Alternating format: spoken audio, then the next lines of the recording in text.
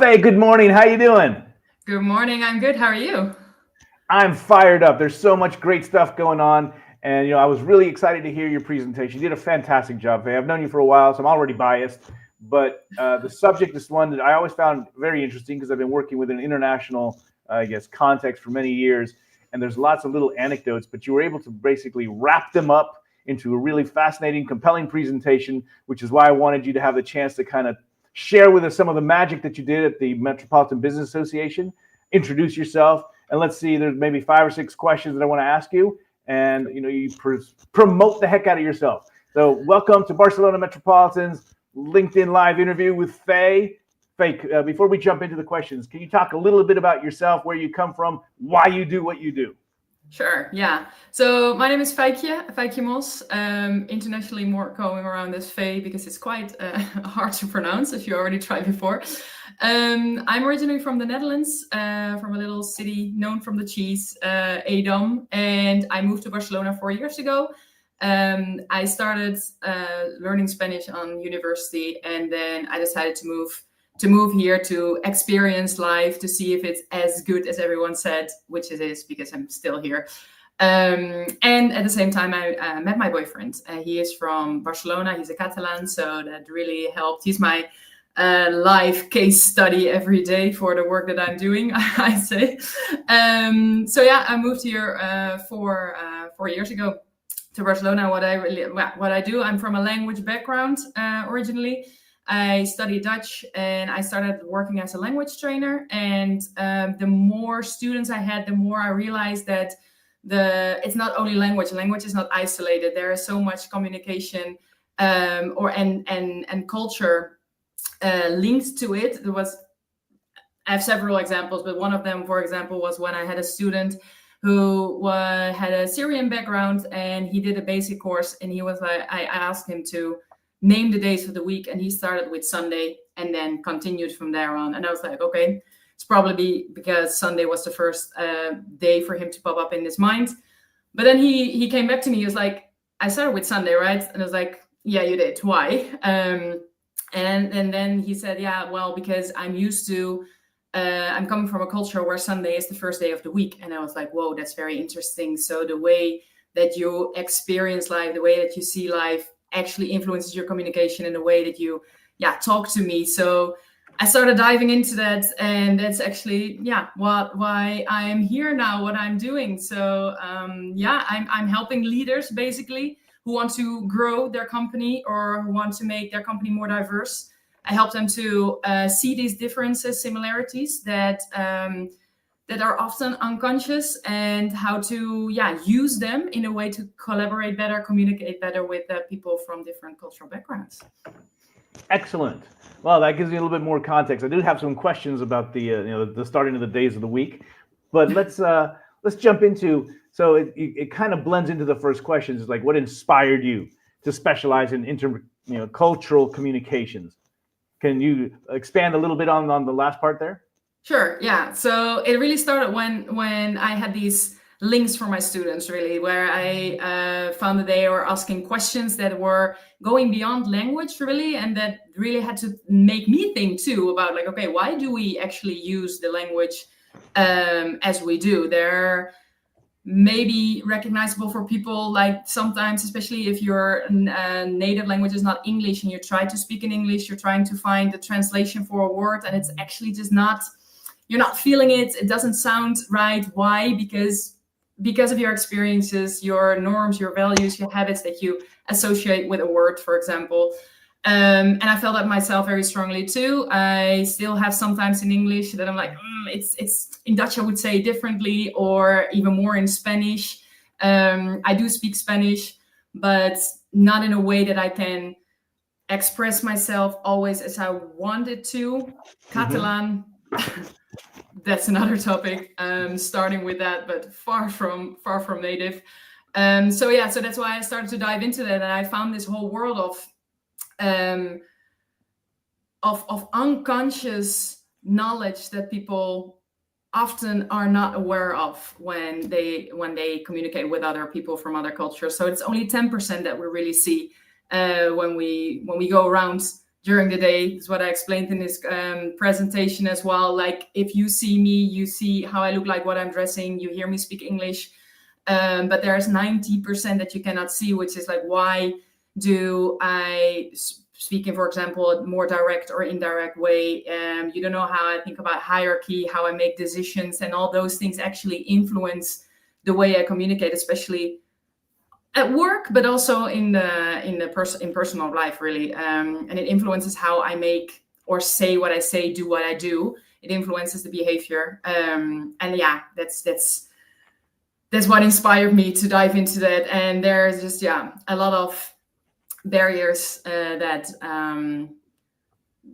leads to miscommunication, mistrust, really. But I think we talk about some it of those can be are pretty funny, because when you do speak in multiple languages, I found there are certain things. I'm from Mexico City originally, and I grew up in the United States. And my parents never wanted to teach me Spanish, because the intention was that we would go back to Mexico City after a few years, and they wanted me to be grounded or have, as excellent as possible vocabulary and idiomatic expressions as possible before we moved back to Mexico.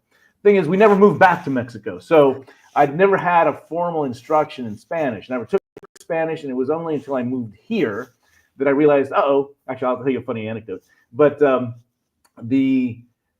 there's certain things. For example, when you meet somebody in a language, whatever language you meet somebody in, I discovered that's the language you're probably going to speak to them in. So I could speak to another American in Spain, but if we were in a context where we were speaking Spanish, as American as I am, I speak to them in Spanish. Yeah. It's kind of weird. Or the same in Catalan, or the same in French.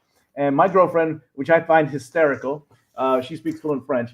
And when she curses, she always just felt French just comes out so much more powerful. So she's always cursing in French, which is hysterical. She's perfectly, normal, complete native level English. But if she stubs her toe or she does something that she's really angry about, boom, all of a sudden she just bolts out in another language completely that you would not expect. I feel her. And then, of course, there's the challenges of nonverbal communication, which I found really fascinating in intercultural settings. So let's maybe, can you share, say, a moment where you saw the impact of what you do for a living, your work, on somebody's career? Yeah, no, sure. And it's actually funny that you mentioned a nonverbal, because I had an example in mind that dives into that. So I had a client not too long ago. She came originally to me with the question of, can I improve her communication style? And I was like, sure, let's talk about this. And it was mainly about the way she used their nonverbal cues, especially her hands. And she thought it was too much. She said, like, I wanna dial it down. And also I want to become more confident in speaking. She was in a field that she's completely new in, and she was like, I don't feel confident enough to talk about what I'm doing at this stage. So can you help me with it? And I was like, sure, let's do it. I can definitely help. And the first step that we did was looking at her only. So she wanted to communicate to others, but was like, we're going to go one step back. We're going to look at you.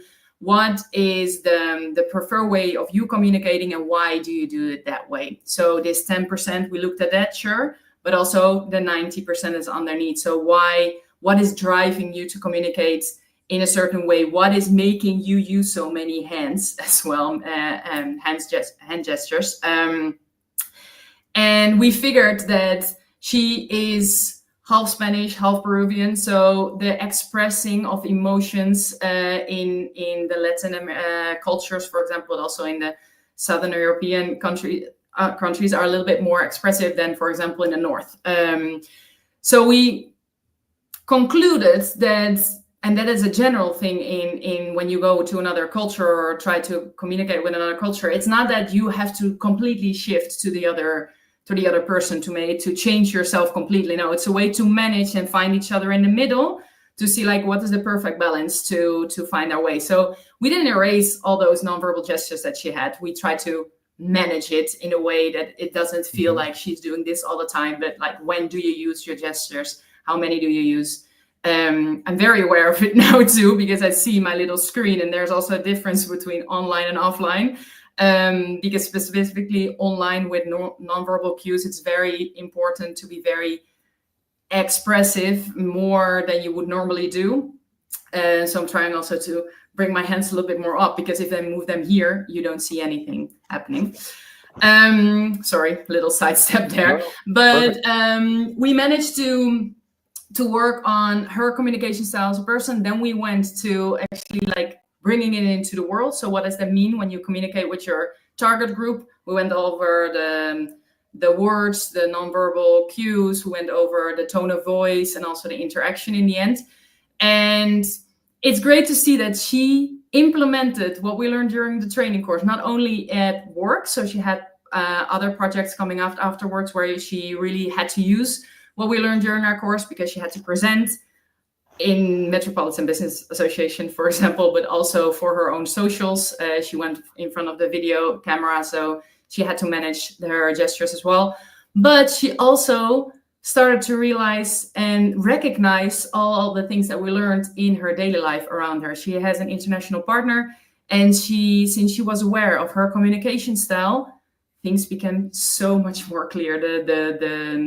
The miscommunication that they had, maybe even a fight, she was like, oh, what I assumed was going on before might not be the case, or maybe there's something like from my side that needs to change a little bit too. So that was very, I found it very nice to see, and it was a very big eye opener for her too. Yeah, like, for example, you bring up Latin America or South America or Central America versus Spain. And even though I spoke Spanish fluently, I never knew how to write it. When I moved here, the Spaniards were incredibly direct. Latin Americans are much smoother, softer. I want to say kinder, but maybe they're more, in Spanish, servicial, and so we're not as direct. And I remember when the first time the phone rang in Spain when I was working at Deloitte, first answer is "Sí o diga." Oh, yeah. Like, you pick up the phone, it's not hello, good morning, it's tell me, what do you got going? And this is very common. And at first I found it kind of rude, but it's not rude. It's just the way that they do things here. And sometimes I think people might get, if they're ready to go direct and do business, and somebody comes at them being sweet, it almost sounds like you're trying to sell something to them when you're not even trying to sell something to them, or they're already on the defensive, is what it would seem. When in reality, they're basically telling me, what do you want? I'm ready to work with you. Yeah. And you take it very differently. So I found these things to be very interesting, little cues. I'm not in I don't have your level of expertise. And the other thing is, even speaking the same language, the speed at which you do so has a very big impact. Like, I'm noticing how you're speaking now, because you're fluent and you have perfect English. And yet you are taking the time to be more careful and enunciate than I am. I just go at 100 miles an hour, but I guess you are demonstrating, you're an example of being a professional, so that international crowds can absorb what you're saying at a better rate. Not because they don't understand it, it's just if you go at a rate that's faster to them, it might throw them off. Yeah. And so, when talking about this, international communications and intercultural communications, so what is the focus of intercultural communications, or why is the focus so important to you? I think, well, especially what you just said, all your examples, thank you for sharing them, because that is it's always good to throw examples, right? Especially because you're from a different culture too. So you have different experiences with coming to Spain specifically.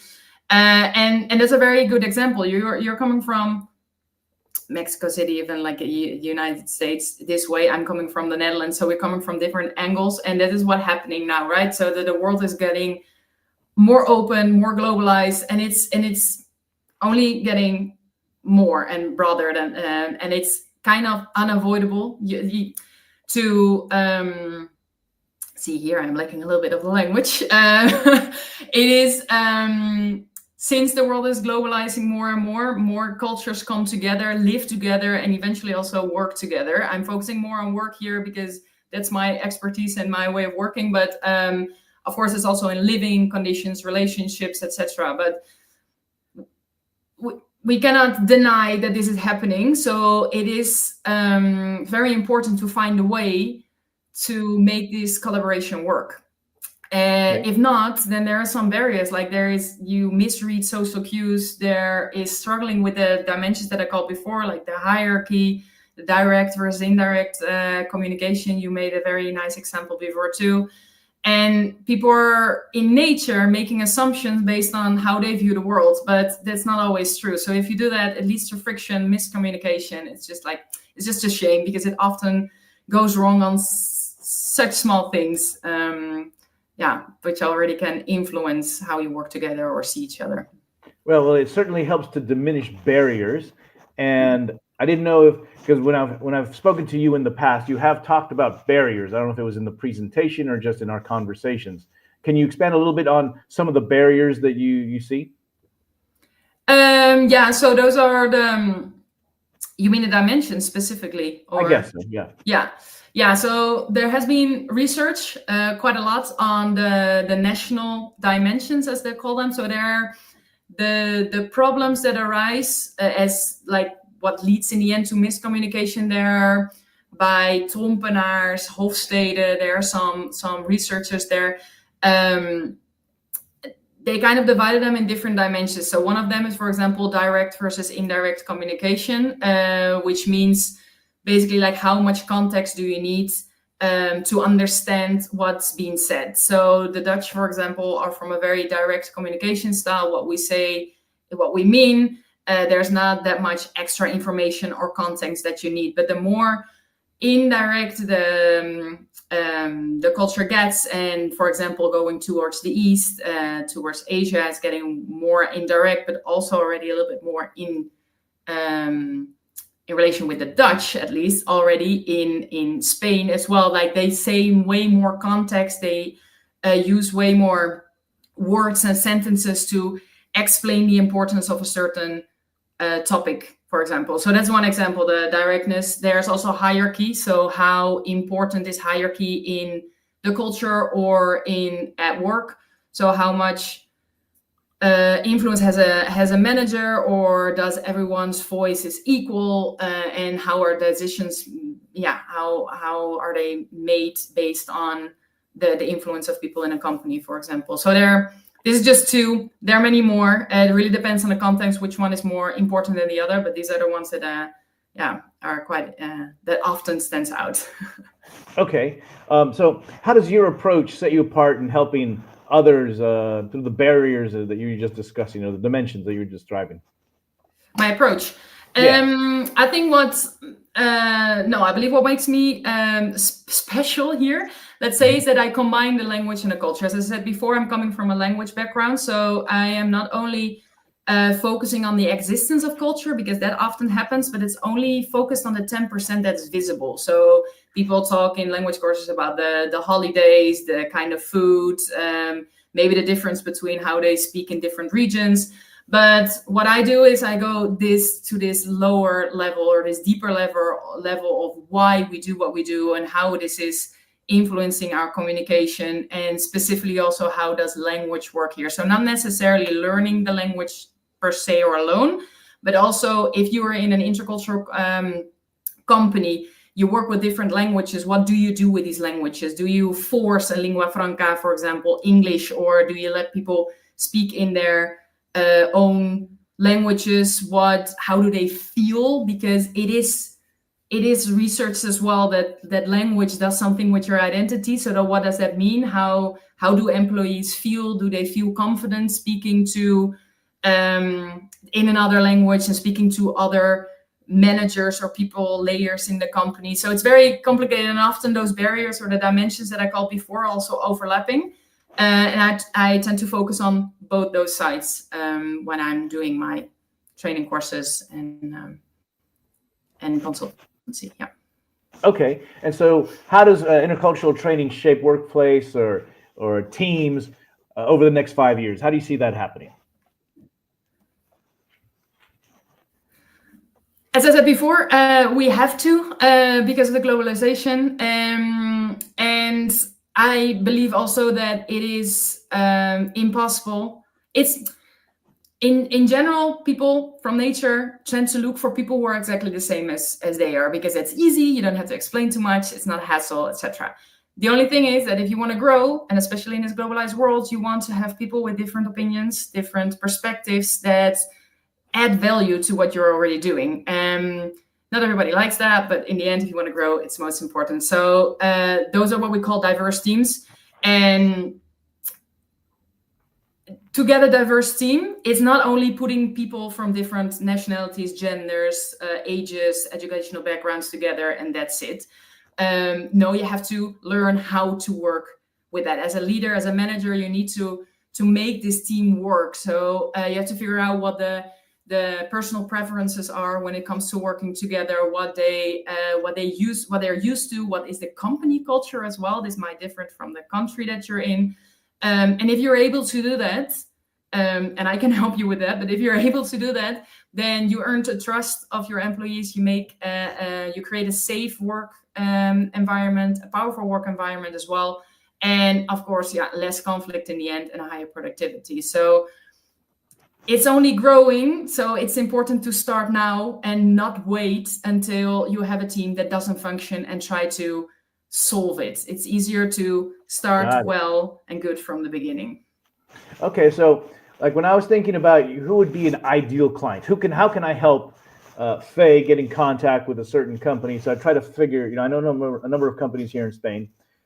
I was thinking that your services are really more ideal for international companies, but I'm starting to see that even if they're small, but they have an international flavor, that might be more important because there's a higher percentage of international cultures and potential miscommunications going on than in a more structured organization. Yet, I don't know, is that a fair assumption, or what is your ideal client? No, I think what you say is correct. I mean, in the end, I can help everyone, but it doesn't work. No, it's as I said before, it's the best to start doing this from the beginning. So ideally, I help people who are in the beginning of expansion. So they're past the startup phase, so they know what they want. They have enough income. They know they have enough work. They want to grow. They know they want to grow. They're already aware of the fact that they want to create a diverse team, but they just don't know how to, or they don't have the structure in place or the processes in place to really do it. So yeah, those are the smaller companies really, that because the bigger companies tend to have like more of a structure already, but the smaller ones need to set it up. And since they are starting, it's also easier to bring the leader with the whole process, so that in the end, when it starts growing even more, they already have these processes in place. They can actually do it. And ideally, we already sit together with the team too. So as I said before, with the example that I gave about this client that wanted to work on their nonverbal cues, we always sit first with the individual, seeing like, okay, what is the approach, the communication of either the individual or the company, or both actually, before we see like, okay, how we're going to expand this. And then eventually also bring in the team to really make this team as a group work as well. Okay. I don't want to be insensitive and go where I'm not invited here, but this might be like a subject of intercultural communication barriers and dimensions. But there's always the dilemma, whether you're in your business or another one. Sometimes you can and want to help smaller, agile organizations, but they don't have the money. So how does that work in your line? Like, when I was trying to understand the ideal client for you, is it 10, 50, 100 employees? And because of what you do, it sounds like your business could be international or global. Mm-hmm. Or are you really focused on Spain-based organizations? The cultures that I know most of are the Dutch ones and the Spanish ones. So I focus more on internationals working in Spain or Catalonia or in the Netherlands, because then they have to work together within the cultural context of Spain or the Netherlands. So I focus on that. I just mainly because I know most of those cultures. It doesn't make that much sense for me to help you expand business in India, for example. I can give you advices, but no, ideally everyone, which is still very broad, but goes to Spain to work, or in Spain or in the Netherlands. I don't know if that you start laughing. I don't know why. No, I'm starting to think there's Well, you know Bavik. Yeah. I love Bhavik. He's a great guy over at the NBA. But I've started to have, because he's in India and his wife is here. Every once in a while, we get together and I introduce her to some of my friends so that she has, like, people that she knows. And I'm thinking about. I used to have about 75 software developers that worked for me, and they were about half the team, and half the team was actually in India. And there was always this very strong frustration. There was actually a lot of love in my group, so we didn't. There was always intercultural challenges, but we saw them as opportunities to learn, and we had fun with them. There was never any strife. My project managers that were doing this, they had problems. We found them funny. We did a lot of team building together, and so we learned. But one of the things that used to drive me crazy, or not drive me crazy, drive my teams crazy, is when you would ask a question to somebody from India, they would shake their head like this, and nobody knew whether that was a yes or a no. And as you started to mention India, I just started thinking of some really funny anecdotes that occurred. But less than funny, one of the things that you mentioned here at Metropolitan. So I'm taking what you're saying a little bit to heart, because we have always gone after companies that do business in English. You mentioned lingua franca. So people who understand English, who want to communicate in English, this is low-hanging fruit for me. Yeah. However, the vast majority of companies who are here are Spanish and Catalan.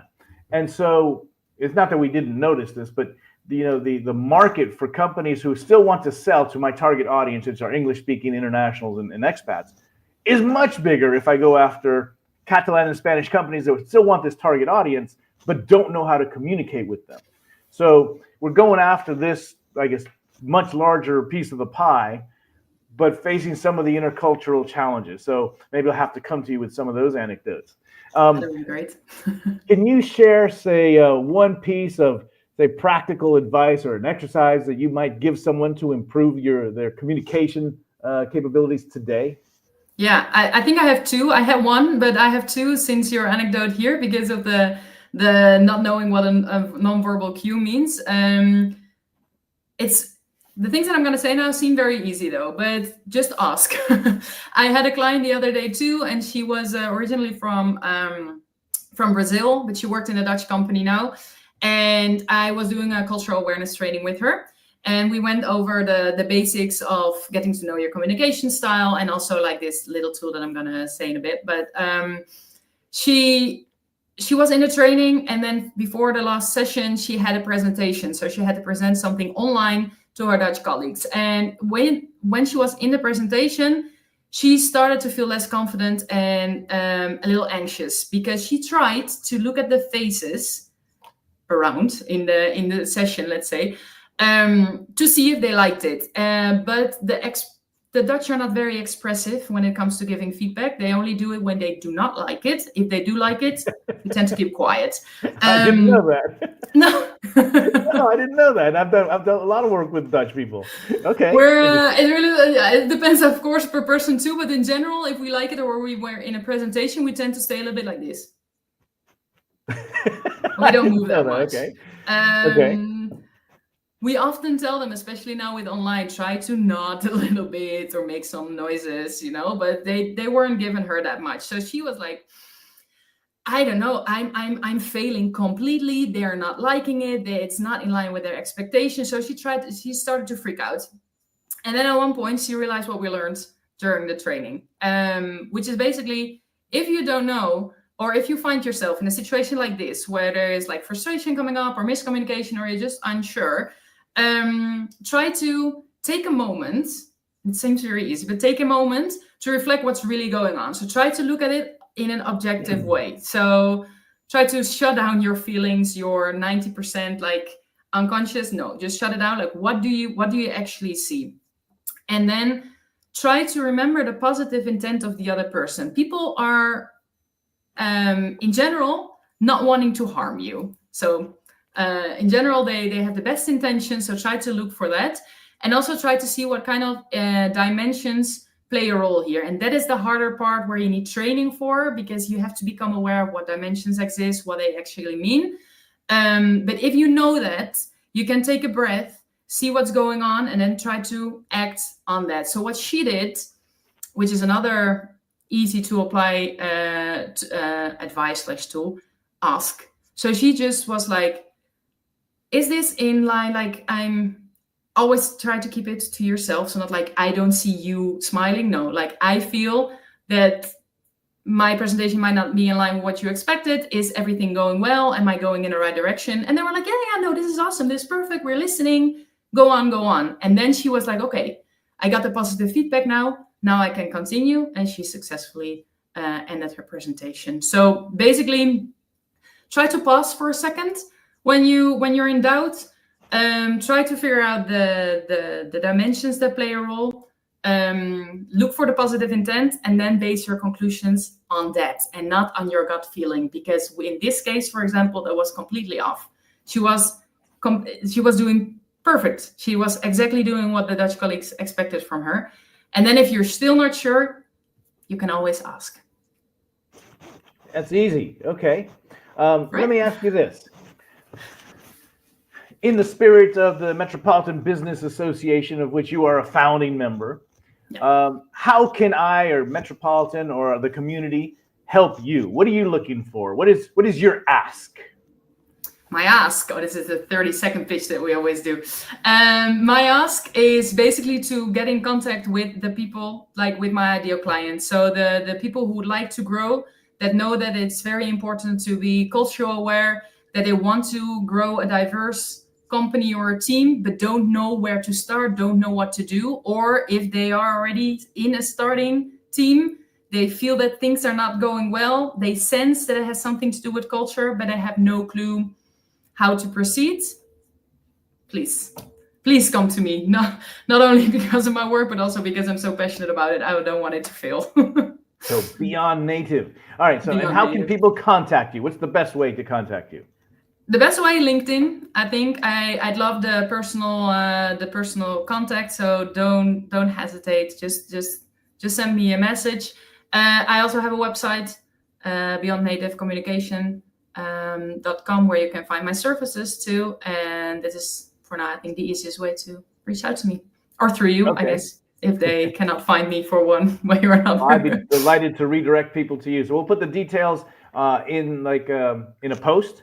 But Beyond Native Communications? Yeah. .com. Yes. Excellent. Well, I don't have any other questions. Is there anything else that you would like to share today? No, I'm good. I think I talked a lot, so it's enough stuff for people to think about, I guess. And if they have any questions, they can always reach out to me. That's no problem. Well, thank you so much. I mean, there's always, you start to think about the different factors and influences that impact, or that can impact, a conversation, where things can go wrong. I'm always fascinated by some of these organizations that help people be more effective in their oral communications. Right here, we have the Professional Speakers Association in Spain. And I love their motto. You don't have to be a professional speaker, but everybody must be able to speak professionally. And if you want to do business, you got to be effective at your communication styles, both verbal and written. But there's so many things that go into it. Besides the classic things of gender, of where you come from, there's just so many different influences, and I find what you do fascinating. So thank you so much for sharing just a glimpse of what you know and how you can help companies. And I hope I can redirect people to you so that you can help them be more successful, grow internationally. And I say thank you so much, Faye. Great. Thank you for having me, Victor. Okay. Can you stay with me? We're going to end it now, but just stay online with me here. Ready? Thank you. Have a great day.